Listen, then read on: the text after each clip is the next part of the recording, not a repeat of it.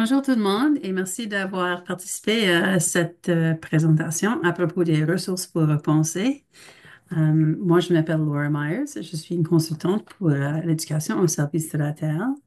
Et probablement, vous savez déjà c'est quoi l'éducation au service de la Terre parce que vous participez à ceci, mais au cas où vous ne connaissez pas l'organisme, c'est un organisme à but non lucratif qui est bilingue et notre mission est de promouvoir les connaissances, les compétences, les valeurs, les perspectives et les pratiques essentielles à un avenir durable. Alors, les ressources pour repenser, c'est une base de données de ressources éducatives. Il y a plus de 1800 leçons, activités en plein air, livres, vidéos, etc., qui sont recherchées. Ils étaient recherchés par les enseignants, pour les enseignants, et vous pouvez rechercher les ressources par langue, province, niveau scolaire, sujet, thème ou objectif de développement. Puis, toutes ces ressources sont en ligne avec votre programme scolaire. Alors, on va voir c'est quoi les ressources pour repenser. On va lancer là-dedans. Alors, voici la page titre. Alors, ce que vous faites d'abord, c'est que vous cherchez votre province. Moi, je vais d'abord rechercher l'Ontario, puis sélectionner l'année. Moi, je vais choisir la 10e année.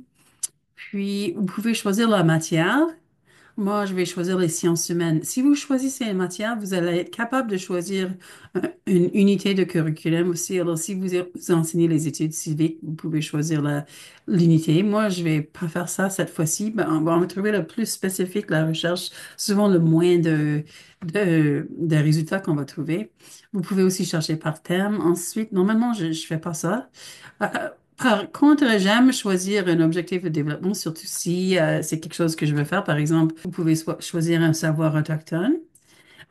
Et normalement, les enseignants veulent choisir le type de ressources. Alors, les plans de leçon sont les plus populaires. Puis, je choisis recherche. Alors, on peut voir ici qu'il y a un résultat qui s'appelle question de vie privée. Puis, ça donne une description de la ressource, les détails d'où ça vient. C'est vraiment clair d'où ça vient et on peut voir que c'est gratuit. Puis là, je vais cliquer sur obtenir cette ressource. Et là, voici le plan de leçon, aperçu, les instructions, conseils pour animateurs, etc. Et vous pouvez télécharger. Ici, vous pouvez télécharger en bas. Il y a un endroit où vous pouvez télécharger le PDF. Alors, c'est vraiment une très belle ressource. J'ai travaillé avec ça, avec une autre enseignante et elle a beaucoup aimé.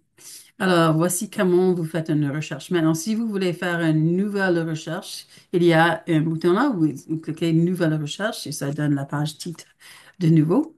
Alors, je vais vous montrer une autre recherche juste pour vous montrer. Alors, disons, je vais choisir cette fois-ci Alberta. On va choisir la 3e année.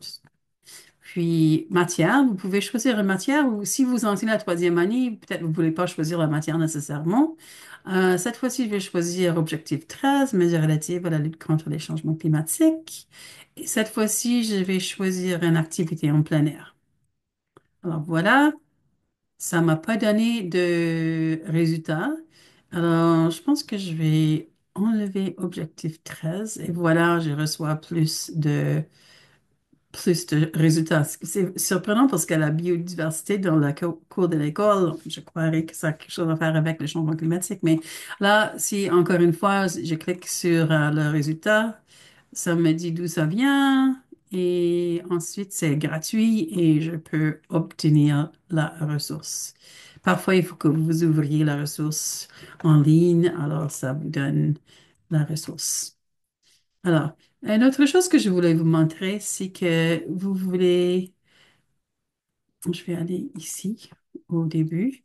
Alors, en bas de la page principale, vous allez voir, il y a il y en a quatre, mais ici, il y a trois lettres que vous pouvez recevoir je pense qu'à toutes les 2 semaines, vous pouvez recevoir dans votre boîte à lettres par courriel les lettres, l'information à propos de l'apprentissage tous azimuts, sortez dehors et sujets populaires.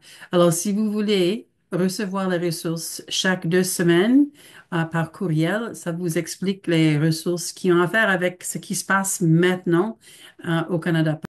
Bon, alors je reviens à la présentation. Vraiment, c'était juste une courte aperçu de comment ça fonctionne.